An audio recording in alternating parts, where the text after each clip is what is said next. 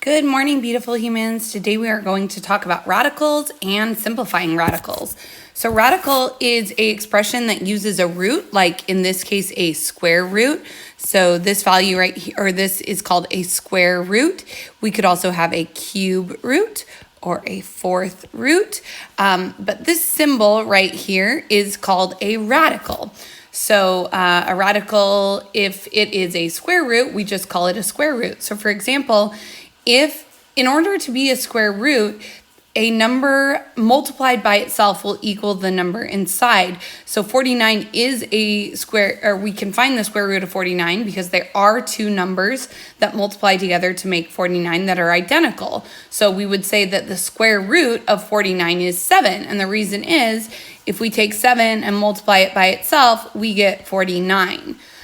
So to undo that multiplication and find the value that when multiplied by itself is 49, we call it taking the square root.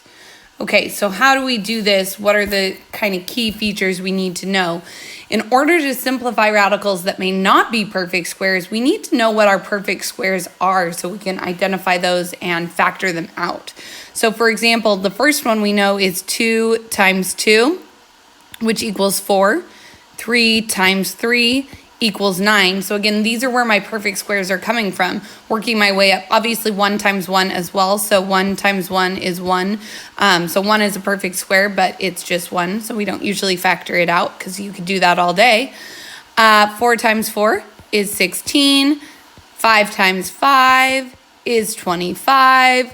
6 times 6, 7 times 7. We could keep going. 8 times 8, 9 times 9. Probably you'd like to know 10 times 10 is 100 as well to make this a pretty comprehensive list. Examples that are not perfect squares would be a number like 2. 2 is even, but if we try to break it apart, we don't get two numbers multiplied by itself equaling 2. Same thing with 8. We could divide 8 by 4, but then we have 2 and 4, not identical numbers again. Same with 12, same with 44. So again, when we're looking at the factors of these, the factors are 2 and 1. There are no repeating factors. So that's why we don't have perfect squares from these numbers here. There are infinite examples of non-perfect squares. All right. So how do we simplify perfect squares? Well, we're really referring back to this list up here, and we know that to get this output of 4, the number times itself would be 2. So the square root of 4 is 2, and the square root of 16 is 4. 36 would be 6. 64 is 8 times 8, so 8. 81 is our 9s. 25 would be 5. 3, 7, 10. And that's how this is working. All right, so how do we simplify radicals that maybe are not perfect squares, but maybe they have some perfect squares hiding inside of them? So when I look at 78, I'm looking to see if any number multiplied by itself might equal 78.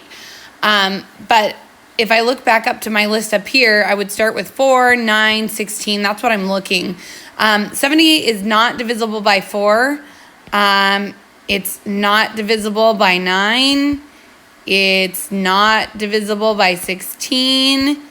It's not divisible by 25 or 36 would kind of be my last ditch effort, 36, but that's going to get 72, not 78. So none of these go into 78, which means 78 is already fully simplified. Because that's the case on this one, I'm going to do the first you try problem as well. So 32, again, we're looking to divide 32 by a number that is a perfect square.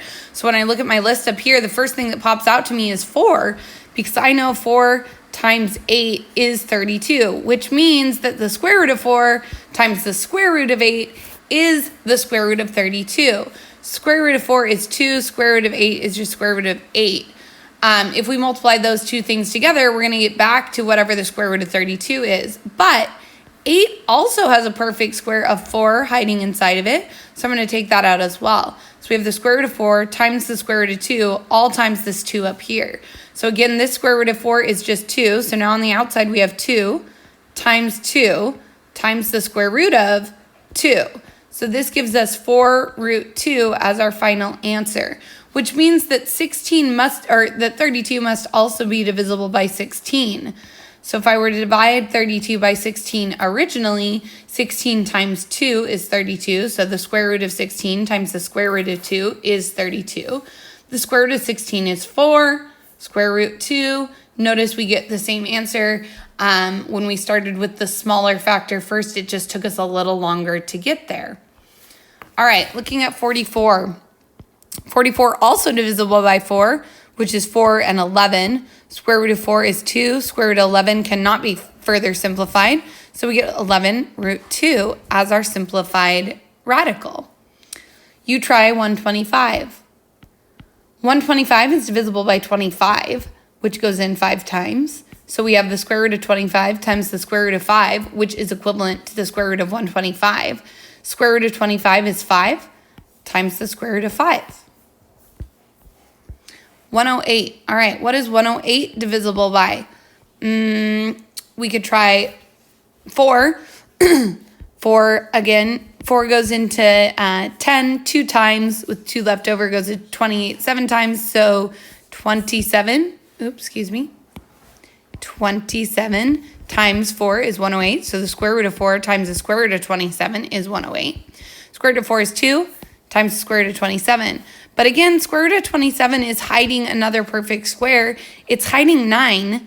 9 times 3 is 27. So the square root of 9 times the square root of 3 is the square root of 27. The square root of 9 is 3. So on the outside, I have 2 times 3 times the square root of 3 on the inside. 2 times 3 is 6. So we get 6 root 3 as our simplified radical. This again means that we could have divided 108 originally by 36, because the square root of 36 is 6. So that means 36 times 3 is 108. Square root of 36 is 6. Square root of 3 is just square root of 3. Again, we get 6 root 3 either way that we do this. All right, last but not least, we have 9 and 10 multiplied together would give us the square root of 90.